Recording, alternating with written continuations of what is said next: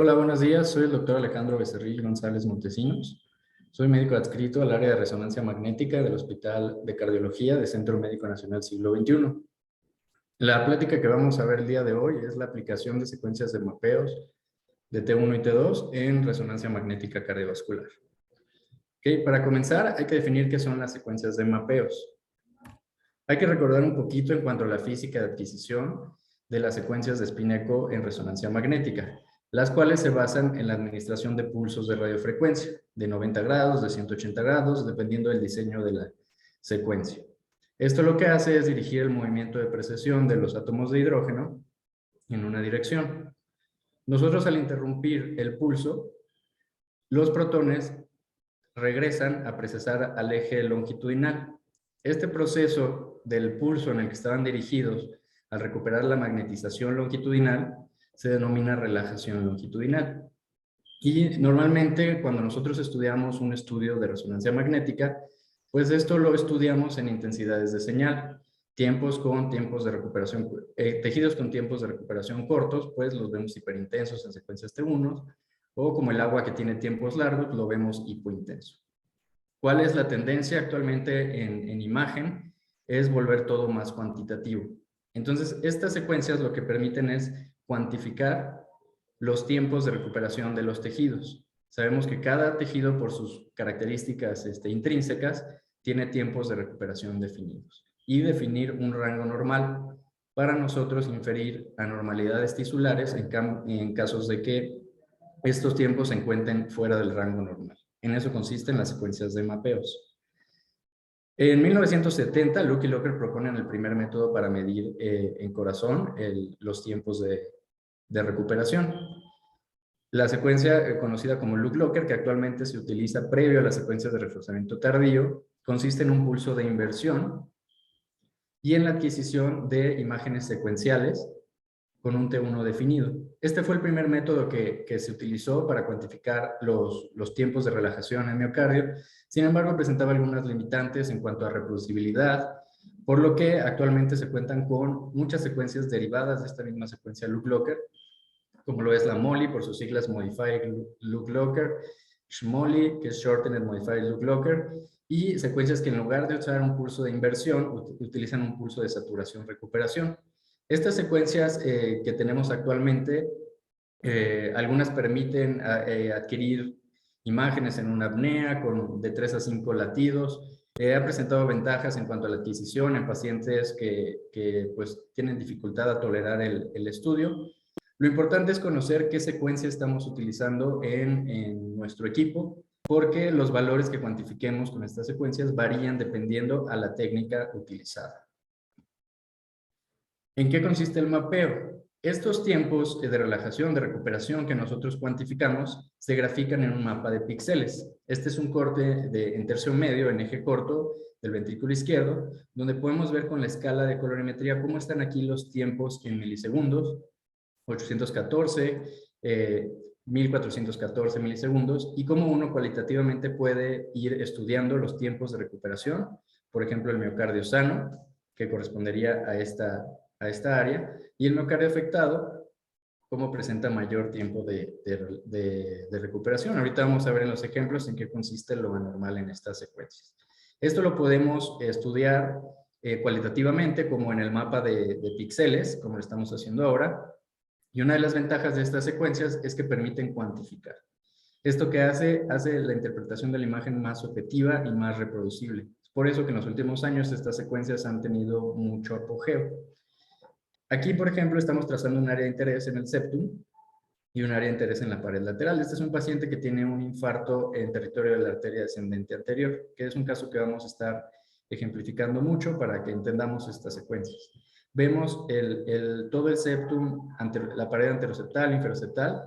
Aquí vemos el resultado de esa cuantificación, 1183 milisegundos, incrementados si comparamos con el tejido sano de la pared lateral, que tiene un valor de 1007. De igual forma, el software en nuestro servicio es un equipo Philips 1.5. El IntelliSpace Portal tiene la facilidad de que podemos trazar todo el endocardio, el epicardio, y delimitamos todo lo que es el miocardio. Y segmentamos, de acuerdo a la segmentación de la AJA, y obtenemos los valores, los tiempos de relajación de cada segmento, siendo el 1 graficado en esta tabla, el anterior, el 2 el anteroseptal, 3 infraseptal y sucesivamente. En este paciente vemos como el segmento 1 tiene un valor de 1105, mucho más prolongado en el segmento anteroseptal, infraseptal e inferior, y la pared lateral, tiempos hacia la normalidad. Entonces, esta secuencia nos permite detectar alteraciones tisulares en forma cuantitativa. Pero, ¿cuáles son los valores normales?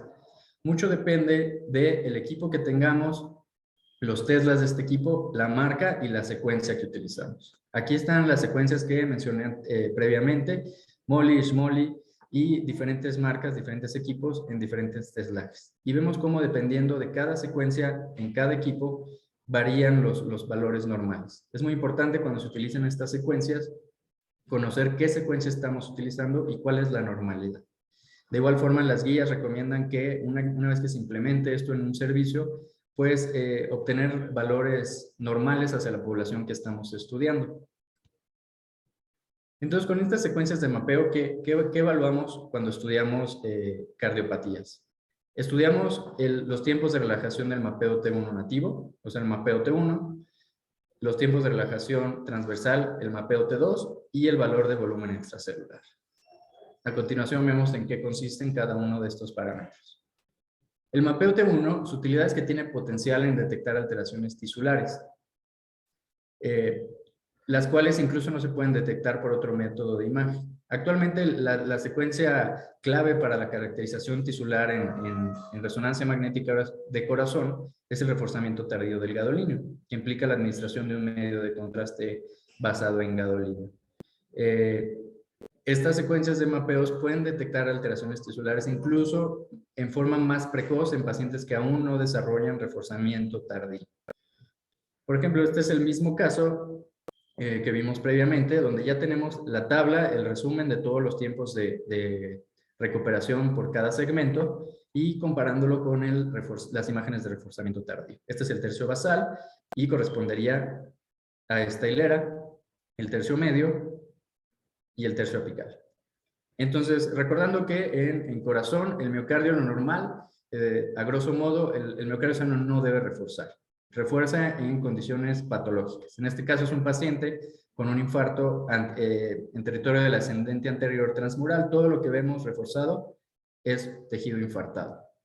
Si comparamos con lo que cuantificamos en el tercio anterior, en el tercio basal, en la pared anterior, anteroseptal, infraseptal, vemos incremento de estos tiempos. En este equipo, con la secuencia que utilizamos, el rango va de 900 a 1070.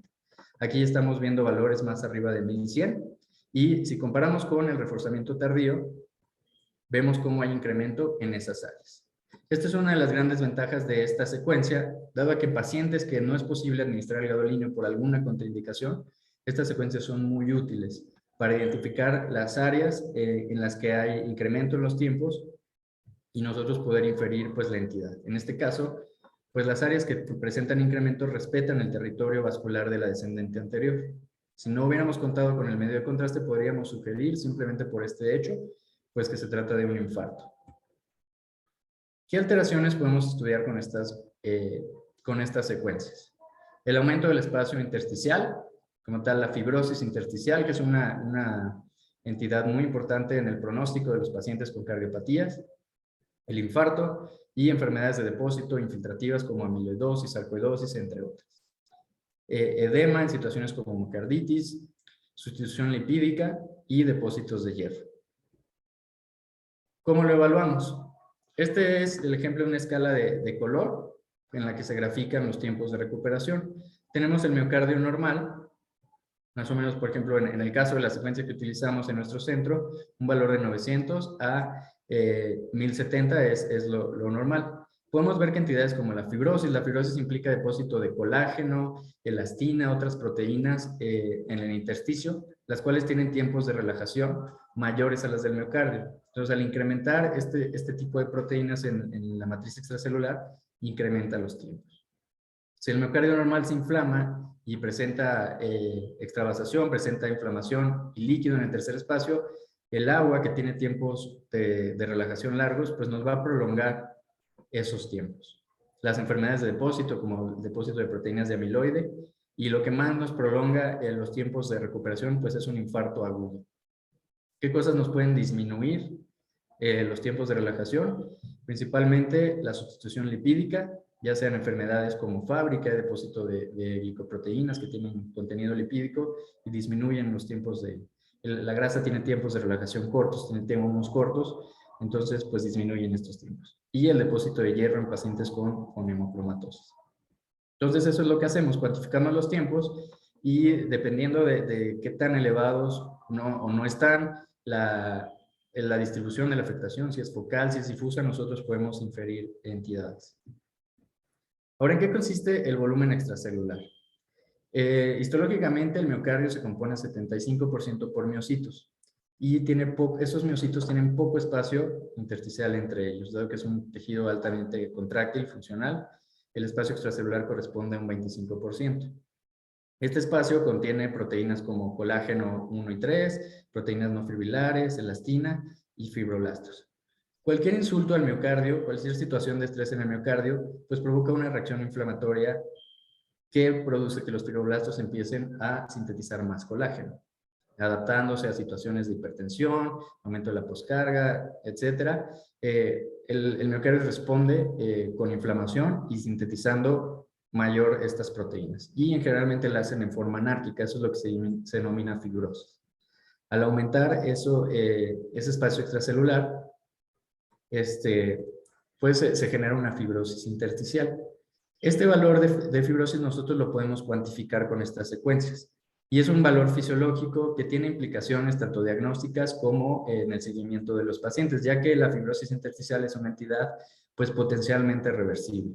Un paciente con miocardiopatía hipertensiva, si hay una buena terapia farmacológica, control de los factores de riesgo, pues potencialmente puede reducir esta fibrosis y prevenir que el paciente presente remodelado, dilatación o otras alteraciones estructurales del corazón.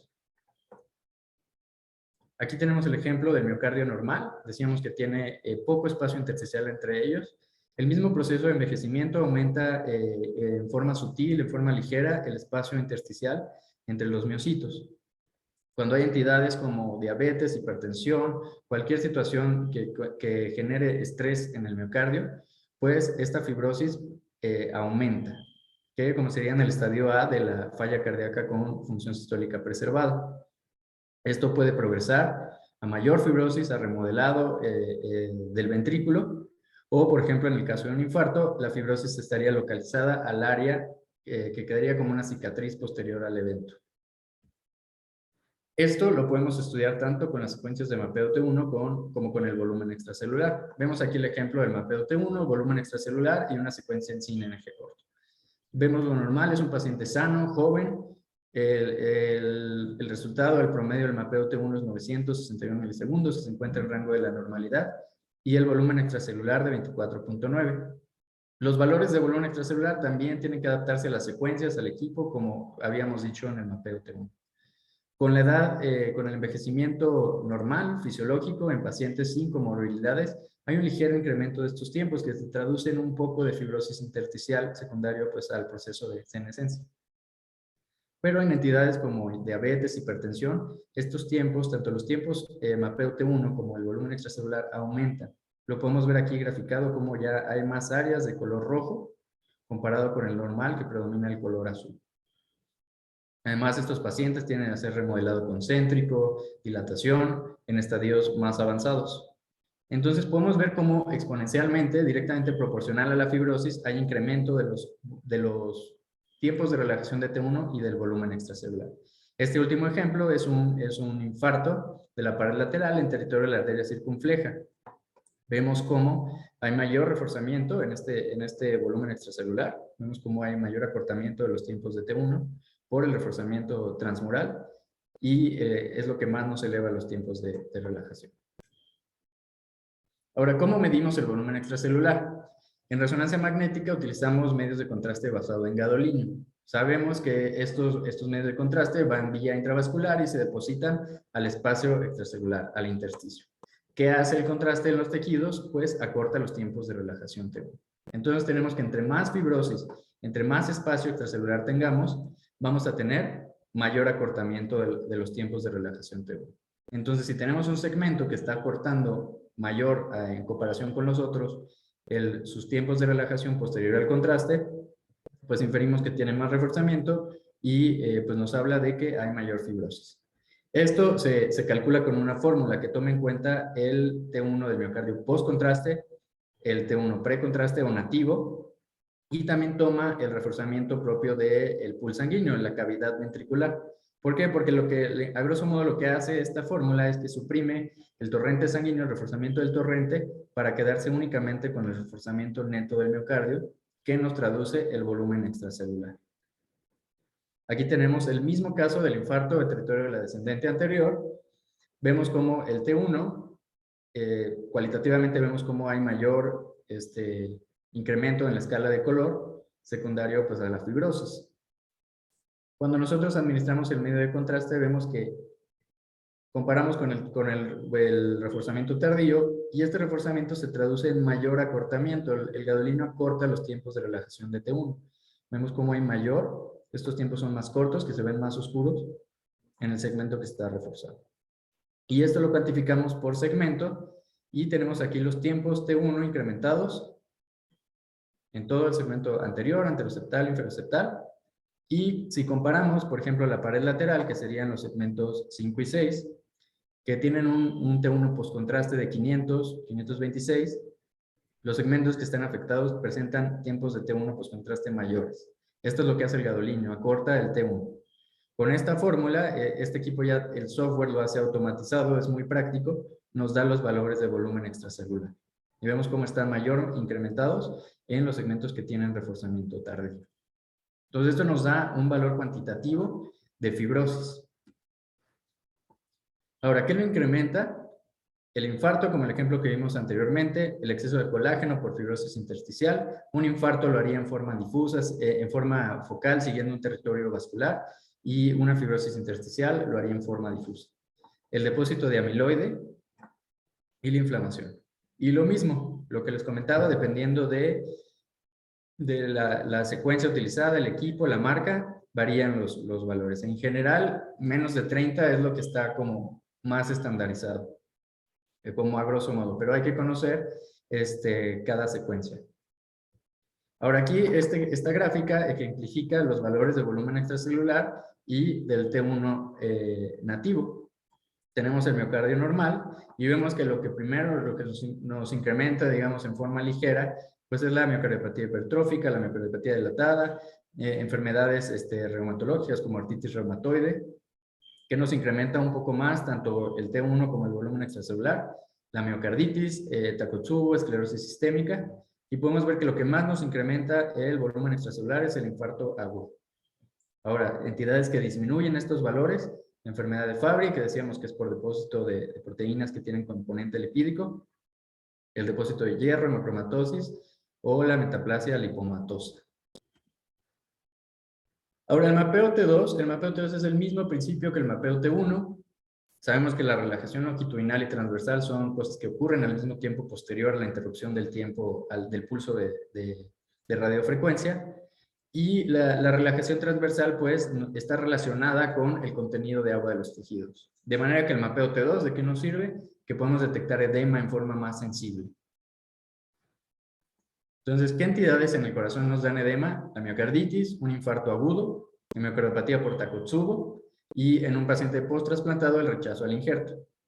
Este es un ejemplo de un paciente con miocarditis.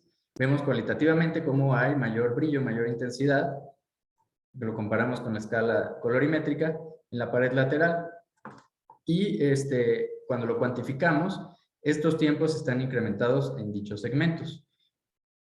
La pared septal anterior presenta normalidad, tiempos entre 50, 45, 52. En este equipo, el 50-60 es el rango normal.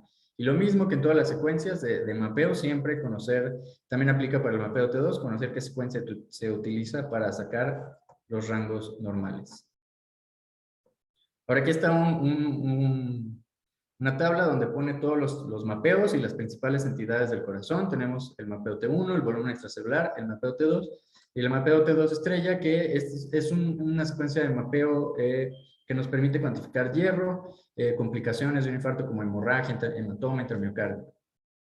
Entonces tenemos lo que es el normal, la miocarditis, que nos incrementaría el mapeo T1 por una lesión miocárdica, por el componente de edema, nos incrementaría el volumen extracelular y el mapeo T2. La amiloidosis, que pues ese depósito de proteínas difusas en el miocardio, pues incrementa tanto el mapeo T1 como el volumen extracelular. El hierro por la susceptibilidad magnética, pues disminuye tanto el T1 como el T2 como el T2 estrella, pacientes con hemocromatosis. Enfermedad de Fabry, hay depósito lipídico y lo que hacen es que disminuyen estos tiempos. Y la fibrosis difusa, como los ejemplos que pusimos en los esquemas anteriores, pues incrementa en manera no tan acentuada, pero en forma difusa. Y también el volumen extracelular. Entonces vamos a ver ejemplos de cómo se utilizan estas secuencias para las principales cardiopatías. En un infarto agudo del miocardio vamos a tener un componente de una lesión isquémica. En este caso es el caso que hemos estado revisando de un infarto transmural en territorio de la descendente anterior, que pues lo vemos marcado por el reforzamiento tardío, típico después de una lesión de un infarto. Estas son secuencias en T2 con supresión grasa. En un infarto agudo, pues existe el componente pues, de edema. ¿Cómo lo evaluamos? Viendo la hiperintensidad del miocardio. Aquí algo que nos da mucha utilidad de los mapeos es que estas secuencias de T2 son muy susceptibles a artefactos de movimiento. A veces los pacientes, por sus características clínicas, pues no pueden aguantar el estudio, las apneas requeridas, y estas secuencias quedan no valorables. Aquí es donde los mapeos nos ayudan mucho. ¿Por qué? Porque podemos detectar edema, incluso en áreas que nosotros no podemos visualizar la hiperintensidad, o a veces cuando quedan no valorables, pues son las secuencias que nos ayudan a detectar cuantitativamente el edema. Y es una forma mucho más sensible, más reproducible de detectarlo.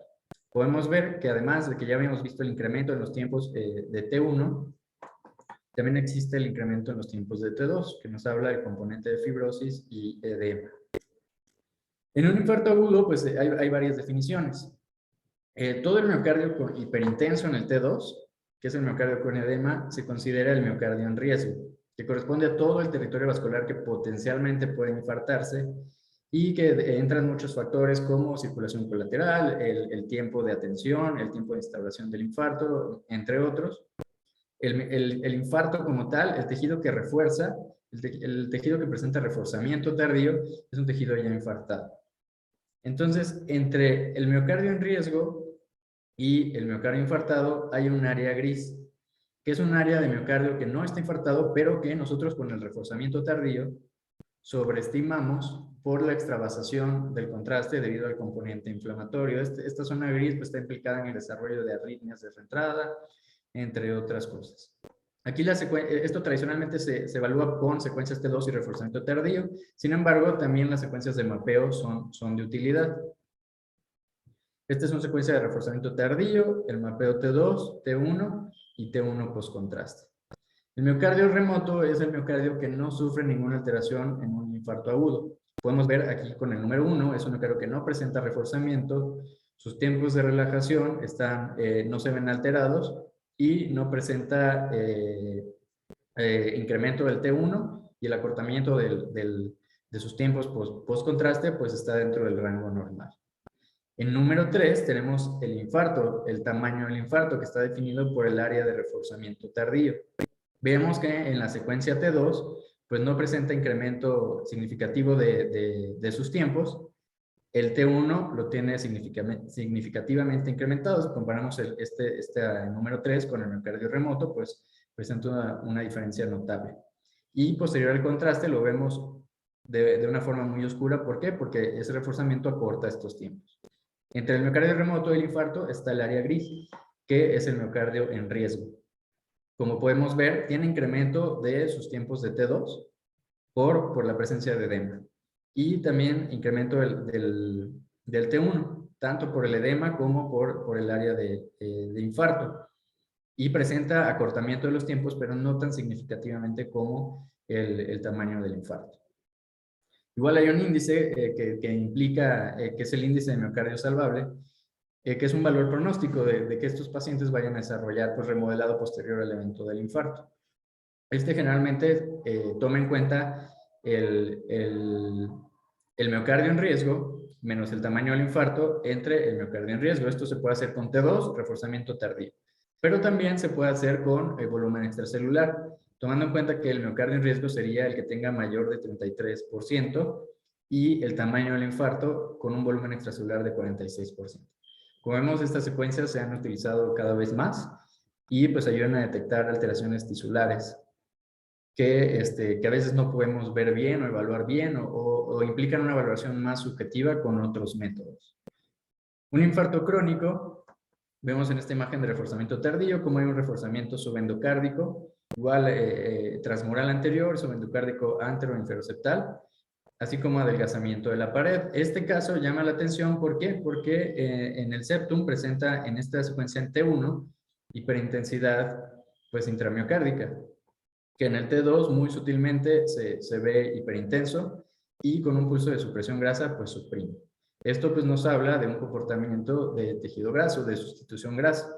Aquí las secuencias de mapeos pues nos ayudan a corroborar esto. Como el T2, la grasa tiene tiempos de T2 largos y T1 cortos. Entonces cuando nosotros trazamos el área de interés, nos da un T2 mayor a 70, está incrementado, y el T1, que el límite inferior es 900, nos da en 668. Quiere decir que si tiene un T1 acortado, es comportamiento graso como secuela o un infarto. Igual en el estudio de isquemia, que la isquemia normalmente, tradicionalmente se estudia en resonancia magnética con una secuencia de perfusión en reposo y con un agente como dipyridamol, dobutamina, adenosina, para inducir una situación de estrés buscando efectos de perfusión. Esto implica la administración de medio de contraste. Sin embargo, las secuencias de T1 se han utilizado para el estudio de isquemia. Se adquiere un mapeo T1 en reposo y posterior a la administración del fármaco que nos da la situación de estrés, se cuantifican los tiempos. Y se ha demostrado que las áreas con isquemia pues presentan incremento de los tiempos de T1. Esto pues, implica una ventaja porque pues, se puede hacer sin necesidad de administrar medio de contraste. Ahora, la miocarditis, que es un proceso inflamatorio del miocardio, generalmente por causas infecciosas, pues implica que haya en el miocardio edema, hiperemia, extravasación al tercer espacio y una lesión miocárdica de tipo no isquémica, que la estudiamos con un reforzamiento tardío que no es subendocárdico, ¿no? Clásicamente subepicárdico. La hiperemia la vemos en las secuencias de reforzamiento temprano y el edema en las secuencias T2. Anteriormente, los criterios de Lake-Lewis incluían pues, la demostración de estas tres entidades en las secuencias convencionales, pero a partir de 2018 se incluyen las secuencias de mapeo T1 y T2, lo que ha mejorado mucho la sensibilidad y especificidad en el diagnóstico de miocarditis. El T2 ahora lo podemos mostrar ya sea con las secuencias de T2 convencionales o cuantificando pues incremento en los tiempos de T2. Y el T1, la lesión miocárdica no isquémica, lo podemos demostrar con el reforzamiento tardío o con los mapeos y volumen extracelular. Por ejemplo, en este caso vemos un paciente 43 años con dolor torácico agudo, elevación de troponinas, sin lesiones aterosclerosas significativas. Vemos cómo tiene un reforzamiento subepicárdico inferolateral, en el tercio medio de la pared lateral y difuso en el tercio apical. En este caso, las secuencias de T2, por condiciones clínicas del paciente que no permiten realizar las apneas, pues quedan un poco valorables. Sin embargo, aquí las secuencias de mapeo T2 son de gran utilidad porque nos demuestran cómo existe incremento de los tiempos de T2 que nos reflejan edema y que corresponden, si comparamos con el reforzamiento tardío, corresponde con las áreas de mayor reforzamiento. De igual forma, en este paciente también presentó incremento en los tiempos de T1, que sería otro criterio, comparando con el reforzamiento tardío, corresponde con dichas áreas. Y de igual forma, presenta elevación de los valores de volumen extracelular en forma difusa. Entonces cumple criterios para miocarditis y aquí las secuencias de mapeos fueron de gran utilidad.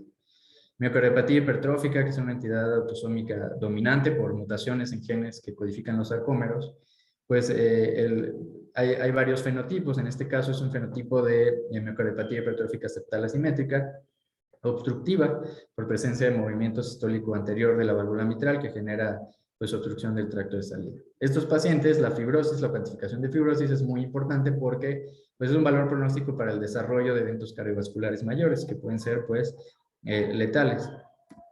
Esto se estudia normalmente con las secuencias de reforzamiento tardío, siendo el reforzamiento clásico intramiocárdico en sitios de unión del ventrículo derecho con el izquierdo. Sin embargo, las secuencias de mapeos pueden detectar incremento del volumen extracelular o del T1 nativo, incluso antes de que por nosotros podamos ver reforzamiento tardío, lo cual permite pues detectar fibrosis de manera más precoz. La miocardiopatía por Takotsubo, que es una miocardiopatía por estrés, caracterizada por la discinesia, el baloneamiento apical, que hace que el ventrículo adquiera esta forma muy característica de canasta para pescar pulpos que utilizan los japoneses, de ahí su nombre Takotsubo. Pues esta entidad se caracteriza por una lesión miocárdica que es reversible, no es permanente como en el caso de un infarto.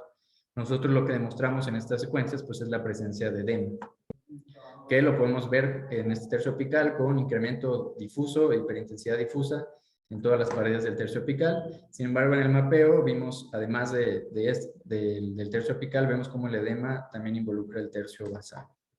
Y pues lo cual es característico el edema por Takotsubo, ¿no? En este caso, pues lo clásico es que no presentemos un patrón de reforzamiento que explique infarto o que siga un territorio vascular.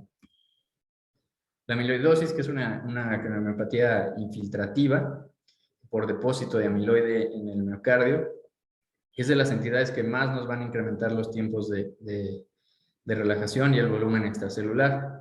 Vemos cómo este miocardio se ve, el septum presenta engrosamiento. Aquí el diagnóstico diferencial sería con una miocardiopatía hipertrófica. Sin embargo, pues lo que llama la atención es el significativo incremento de los tiempos de T1 nativo y del volumen extracelular, que eso no es característico de una miocardiopatía hipertrófica. Esto orientó a una enfermedad infiltrativa, y en el reforzamiento tardío pues vemos un patrón característico muy sugestivo de amiloidosis, que es un patrón pues subendofárrico difuso, parcheado, que no sigue un territorio vascular, que además hay lavado temprano del pool sanguíneo por el depósito del gadolíneo. Este reforzamiento pues corresponde a valores tan elevados de volumen extracelular de hasta 74, 82, un caso con una afección muy significativa. Entonces vemos cómo podemos cuantificar esta fibrosis hasta 74% de volumen extracelular, que se explica eso explica un reforzamiento tan heterogéneo. Y pues bueno, estas secuencias que son relativamente nuevas, se han estado implementando en los últimos años, pues han demostrado poder ser auxilio tanto en el diagnóstico como en el seguimiento, toma de decisiones terapéuticas. Las podemos utilizar para cuantificar fibrosis, incluso en pacientes que no les podemos administrar medio de contraste. Como les comentaba, la tendencia actual en imágenes es pues hacer las cosas más cuantitativas, y pues eso son una gran ventaja en comparación a otros métodos, a otras secuencias donde la evaluación es más subjetiva y más variabilidad de interobservador. El volumen extracelular pues puede ayudar en casos de que el reforzamiento pues no quede confiable, sea ambiguo, y permite pues dar un valor intuitivo fisiológico de cómo está la fibrosis en el miocardio. Aún falta implementar mucho, hay mucho campo de investigación en estas secuencias, y así como establecer valores normales para cada población. Vemos que varían mucho entre unas secuencias y otras, por lo que se recomienda pues cuando se implementan en su centro pues normalizar como en la población que se estudia. Y pues muchas gracias, eso es todo, y espero que les haya sido de utilidad esta charla.